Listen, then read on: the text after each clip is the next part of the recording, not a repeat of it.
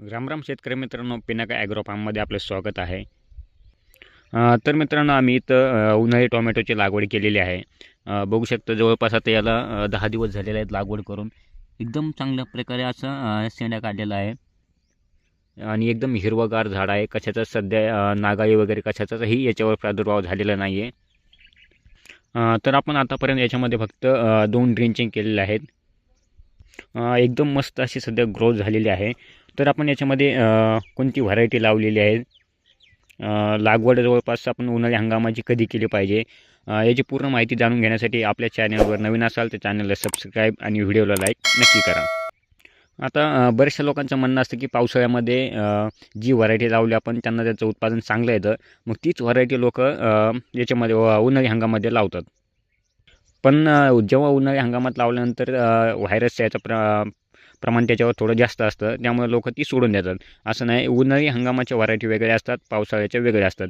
तर उन्हाळ्यामध्ये चांगलं उत्पादन देणाऱ्या आणि कमी व्हायरस असणारे समजा एक व्हरायटी आहे, त्याच्यामध्ये अथर्व आहे, विरांग आहे, अंसल आहे.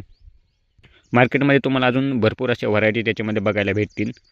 तर आम्ही इथं शेमिनिस कंपनीची अंसल ही व्हरायटी लावलेली आहे. उन्हाळी हंगामासाठी डिसेंबर एंडिंग किंवा जानेवारी हा सगळ्यात चांगला कालावधी आहे. तर आम्ही याची 17 जानेवारीला लागवड केलेली आहे.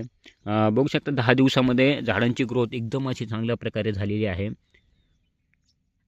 झाडं एकदम हिरवेगार आहे, कशाचाही त्याच्यावर नागाळी वगैरे प्रादुर्भाव नाही आहे. आपण याच्यामध्ये फक्त 2 ड्रिंचिंग केलेलं आहे. पहिली ड्रिंचिंग होमिक ॲसिडची केलेली आहे आणि दुसरी त्याच्यामध्ये 19-19-19 होमिक आणि ब्लू कॉपर असं तिन्हीच्या कॉम्बिनेशननुसार दुसरी ड्रिंचिंग केलेली आहे.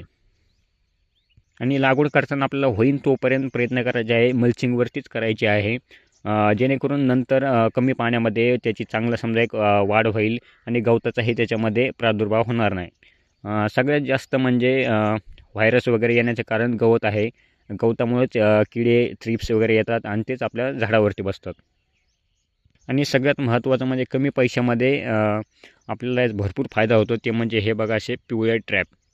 तर हे पिवळ्या ट्रॅपकडे बघून किडे वगैरे आकर्षित होतात आणि त्याला जो गम असतो त्यामुळे ते त्याला चिटकले जातात. आता याचा भरपूर असा फायदा होतो, कारण की जे झाडावरती बसणारे थ्रिप्स वगैरे आहेत ते त्याला चिटकून जातात. याच्यामध्ये भरपूर असा फायदा होतो. आणि अंसल ही जी व्हरायटी आहे ही अशी लंबुळक्या आकाराची आहे, जेणेकरून लंबुळक्या आकाराचं फळ कसं एकदम कडक असतं, लवकर खराब होत नाही. त्यामुळे व्हरायटी निवडताना तुम्ही थोडीशी विचार करून निवडा. तुमच्या मार्केटला जी व्हरायटी चालू आहे, जी सगळ्यात जास्त चालते, त्याचीच लागवड करा. आणि लागवड करताना टप्प्याटप्प्यामध्ये करा. एक प्लॉट असं हार्वेस्टिंग चालू झालं की दुसरा लागवड करा. एकदमच असं जास्त लावण्यापेक्षा टप्प्याने जर केलं तर तुम्हाला एखाद्या वेळेस जास्त भाव भेटेल, एखाद्या वेळेस कमी भेटेल. पण प्लॉट जर कंटिन्यू चालू असला तर उत्पादनही अजूनही त्याच्यामध्ये वाढत जातं. तर मित्रांनो, उन्हाळी हंगामातील पूर्ण शेड्यूल बघण्यासाठी आपल्या चॅनलवर नवीन असाल तर चॅनलला सबस्क्राईब आणि व्हिडिओला लाईक नक्की करा.